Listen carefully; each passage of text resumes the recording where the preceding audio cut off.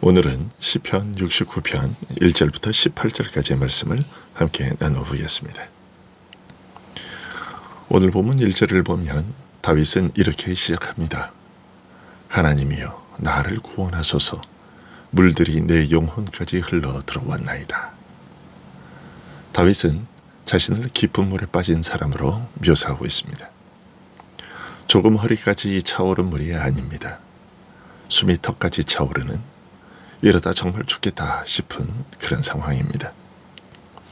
2절에서 그는 수렁에 빠져 설 곳이 없다고 말합니다. 나는 설 곳이 없는 깊은 수렁에 빠지며 깊은 물에 들어가니 큰 물이 내게 넘치나이다. 발이 닿지 않습니다. 딛고 설 땅이 없습니다. 몸부림을 쳐도 발이 푹푹 빠집니다. 이제는 몸을 가누는 것조차 힘듭니다. 3절은 그의 상태를 이렇게 요약합니다. 내가 부르짖음으로 피곤하여 나의 목이 마르며 나의 하나님을 바라서 나의 눈이 쇠하였나이다. 목이 쉴 만큼 부르짖었습니다. 눈이 침침해질 만큼 오래 기다렸습니다. 그런데도 여전히 깊은 물 속에 있는 것처럼 느껴집니다.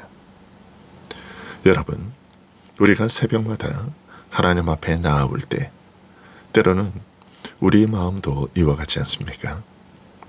끝이 보이지 않는 가정의 문제, 반복되는 경제적 어려움, 사람에게 말하기 힘든 관계의 상처, 도무지 떨어지지 않는 죄의 습관과 유혹의 눌림, 이런 것들이 있습니다.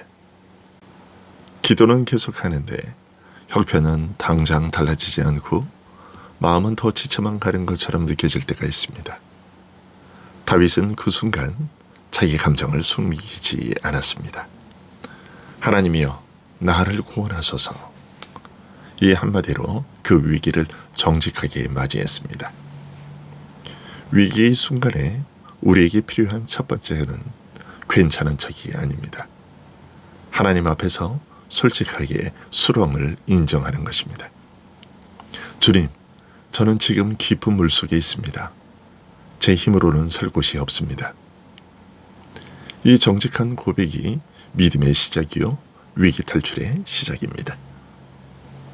그런데 4절을 보면 다윗의 고난은 단순한 인생의 불행이 아니라 하나님 때문에 받는 미움과 비방이었습니다. 까닭없이 나를 미워하는 자가 나의 머리털보다 많고 부당하게 나의 원수가 되어 나를 끊으려 하는 자가 강하였으니. 그는 잘못한 것이 없습니다. 그런데도 미움과 오해, 공격이 몰려옵니다. 7절은 그 이유를 이렇게 말합니다. 내가 주를 위하여 비방을 받았사오니. 다른 이유가 아닙니다. 주를 위하여 비방을 받았습니다.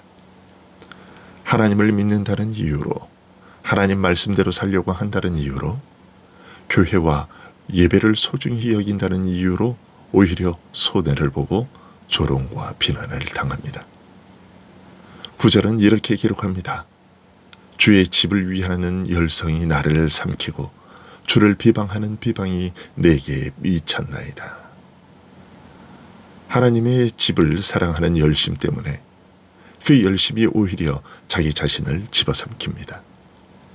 사람들은 그런 다윗을 바보 취급합니다. 여러분, 신약은 이 말씀을 그리스도께 적용합니다. 요한복음 2장에서 예수님이 성전에서 돈 바꾸는 사람들을 내쫓으실 때 제자들은 이 구절을 떠올렸습니다.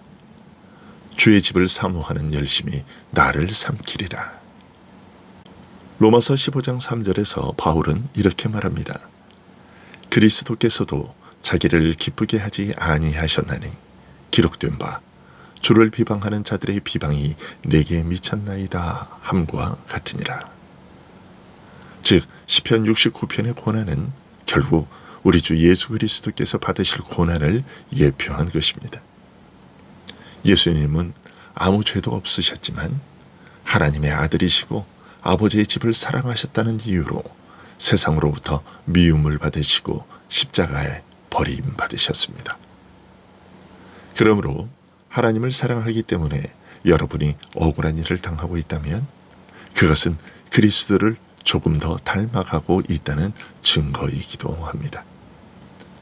직장에서 정직하게 일하려다가 손해를 볼 때, 믿음 때문에 친구 관계가 어색해질 때, 가정 안에서 혼자 신앙을 지키느라 고독할 때 우리는 이렇게 고백할 수 있습니다. 주님, 제가 지금 겪는 이 비방과 손해는 제가 잘못해서가 아니라 주님을 사랑하기 때문입니다. 그 길을 먼저 걸어가신 주님을 기억하게 하옵소서. 새벽은 그리스도 때문에 받는 고난을 다시 해석하는 시간입니다. 왜 나에게만 이런 일이? 이것이 아니라 주님이 먼저 걸으신 길에 조금이나마 동참하게 하셨구나. 이렇게 해석할 때 우리의 깊은 한숨은 조금씩 감사와 영광으로 바뀌기 시작합니다. 오늘 시편에서 다윗이 그랬습니다. 13절에서 분위기가 달라집니다. 여호와여, 은혜의 때에 내가 주께 기도하오니 하나님이여, 주의 풍성한 인자하심을 따라 주의 구원의 진실함으로 내게 응답하소서. 다윗은 자신의 눈앞 형편만 보지 않고 은혜의 때를 붙듭니다. 지금은 깊은 물 같아 보이지만 하나님께서 정하신 은혜의 때가 있다는 믿음입니다. 그리고 그는 구체적으로 기도합니다. 14절에서 큰 물에서 건지소서, 나를 미워하는 자에게서 건지소서. 16절에서는 주의 인자하심을 따라 내게 응답하소서. 17절에서는 주의 종에게 얼굴을 숨기지 마옵소서. 속히 내게 응답하소서. 마지막 18절에서는 내게 가까이 하사 속량하시며 나를 구속하소서. 그런데 여기서 중요한 것은 다윗이 자기의 의의를 근거로 삼지 않는다는 것입니다. 그는 16절에서 이렇게 말합니다. 주의 인자하심이 선하시니이다. 주의 많은 긍휼을 따라 내게 돌이키소서. 제가 이만큼 믿었습니다. 제가 이렇게 헌신했습니다가 아니라 주의 인자하심이 크시니이다. 하나님의 성품에 근거하여 기도합니다. 우리는 신약시대에 사는 사람들입니다. 우리는 더 분명한 은혜의 근거를 가지고 있습니다. 그 인자하심이 예수 그리스도의 십자가에서 드러났습니다. 그 구원의 진실하심이 그리스도의 부활에서 확증되었습니다. 그러므로 우리는 다윗보다 더 담대히 이렇게 기도할 수 있습니다. 아버지, 그리스도의 피로 씻긴 주님의 자녀가 기쁜 물에서 부르짖습니다. 주님의 인자하심과 구원의 진실하심을 따라 나를 건지소서. 내게 가까이 하사 속량하시며 이 수렁 같은 현실 속에서 제 발을 반석 위에 올려놓아 주시옵소서. 여러분, 깊은 물 가운데 수렁에 빠지셨습니까? 이런 때 우리가 붙들어야 할 것은 문제가 곧장 해결되는 것이 아니라 주의 인자하심이 크십니다. 주의 구원의 진실하심이 크십니다. 라는 하나님의 변하지 않는 성품입니다. 그분의 인자와 성실이 결국 우리를 깊은 물에서 끌어올리실 것입니다. 이 새벽 하나님이여 나를 구원하소서라는 다윗의 고백이 우리의 고백이 되기를 바랍니다. 그리고 그 기도 끝에서 우리를 대신하여 깊은 물속에 내려가셨다가 다시 살아나신 예수 그리스도 안에서 하나님의 인자와 구원의 진실하심을 다시 깊이 경험하는 복된 하루가 될 수 있기를 축원합니다. 기도하겠습니다.